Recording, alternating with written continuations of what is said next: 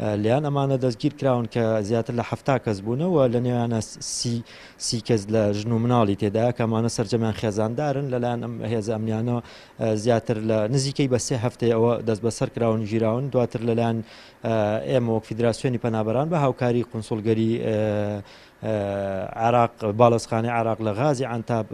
کار لەسەر کەیسەکان و لەسەر جیازەکانیان کراوە کە پشتڕاست کراوەتەوە بۆ هێزە ئەمنیەکانی تورکیا بەڵام بەداخەوە ئەوان بە شێوەیەکی زۆر ناشارەچانیانە مامەڵان لەگەڵم پەنابەرانە کرد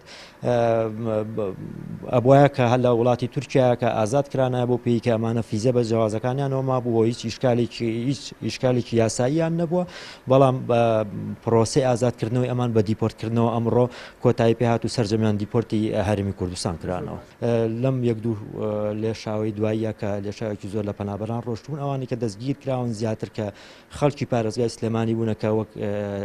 لایەن ئێمە لێکۆڵینەوەی لێکراوە لێکۆڵینەوەکانیش بەردەوام تا بگەین بە دەرەنجامێکی ئەوتۆ ئایا بۆ ویزات هاوڵاتیانی